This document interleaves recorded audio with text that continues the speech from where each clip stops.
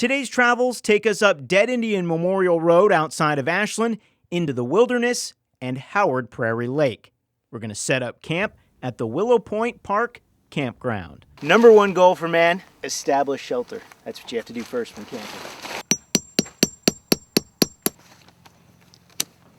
Not sure how the timing of my tent assembly stacked up against my average, but as an experienced camper, I can tell you this is how you sort of feel at the end of setting up camp. Post's mate, second class call Brashear.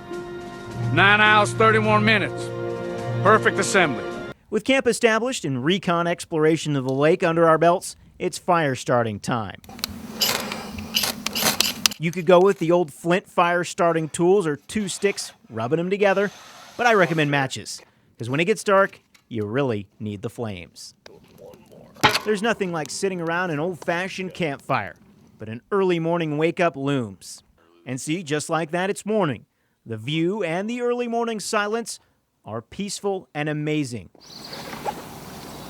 But the lake, it calls. So we're up by 7, broke camp by 7:30, and we're out here on the water by 8:30. That's what I call a clean, well-run campsite.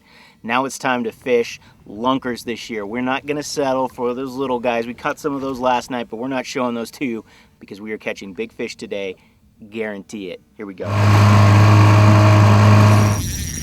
So a few minutes into the day, and we have a fish on, which is exciting because in case you forgot, 2 out of the last 3 years, well, it sort of went like this. Trying to take a gas getaway, we continue to reel in the lunkers. They just keep getting bigger and bigger. So then when I brought in this net that was old and at the bottom of the lake with 2 crawdads in it, I first thought, well, I'm doing my job to clean up the lake. But also, here we go again. But as the day wore on, the Joes were bringing in the fish. Couple of nice ones back to back, but still, we were missing that signature fish.